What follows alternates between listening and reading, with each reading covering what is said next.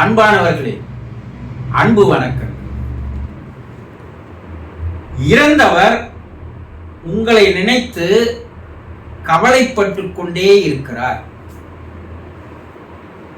உங்க வீட்டில் ஒரு தகப்பன் இறந்து போயிருந்தால் அந்த தகப்பனுடைய ஆத்மாவானது மேல் உலகிலே வாழ்ந்து கொண்டிருந்தாலும் கூட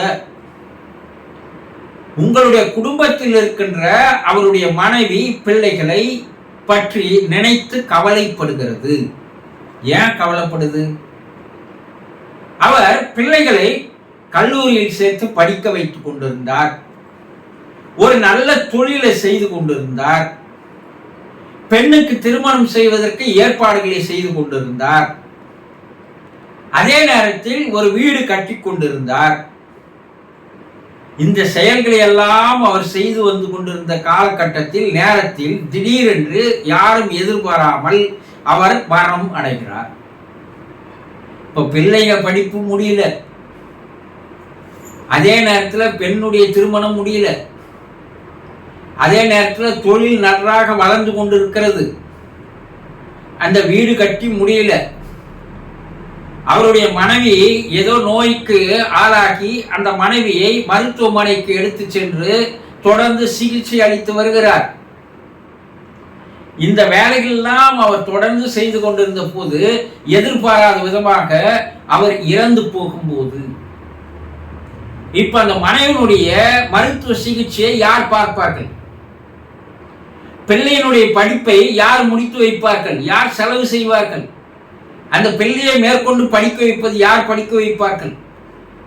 அந்த பெண்ணுக்கு திருமணம் செய்வதற்கு யார் வரன் பார்ப்பார்கள்? யார் அந்த பெண்ணுக்கு திருமணம் செய்து வைப்பார்கள்? நன்றாக நடந்து கொண்டிருக்கின்ற தொழிலை விட்டுவிட்டு அவர் இறந்து விட்டதால் அந்த தொழிலை யார் கவனித்துக் கொள்வார்கள்? பாதியிலே கட்டி முடிக்கப்பட்ட வீட்டை இனிமேல் யார் கட்டுவார்கள்?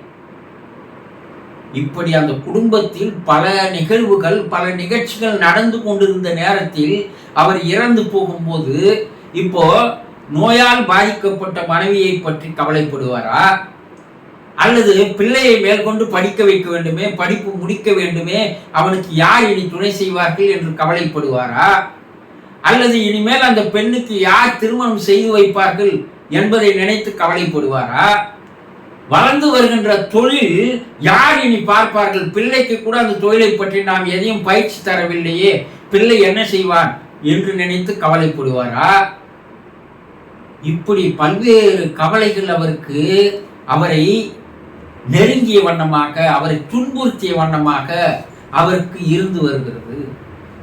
அப்போ ஒரு குடும்பத்தில் ஒரு தகப்பன் இறந்து போனால் எவ்வளவு செயல்கள் பாதிக்கப்படுகிறது. இவர்கள் எல்லாம் அவர் இல்லாத நேரத்தில் அனாதியாக ஆகி போகிறார்களே, அவர்களுடைய வருங்காலங்கள் என்பது சூன்யமாக மாறிவிட்டது. இதையெல்லாம் நினைத்துத்தான் அந்த இறந்த தகப்பனாருடைய ஆத்மாவானது இவர்களை நினைத்து கவலைப்பட்டு கொண்டு வண்ணமாகவே இருக்கிறது என்று ஆவி உலக ஆராய்ச்சியில் உயர்நிலை ஆன்மாக்கள் மூலமாக தெரிந்து கொள்ள முடிகிறது. அப்ப எதிர்பாராமல் இறந்து போகிறவர்கள் எல்லாம் தன்னுடைய குடும்பத்தாரை நினைத்து அவர்களுடைய செயல்களை நினைத்து கவலைப்பட்டு கொண்டே இருக்கிறார்கள் என்பது 100% உண்மை என்பதை தெரிந்து கொள்ளுங்கள்.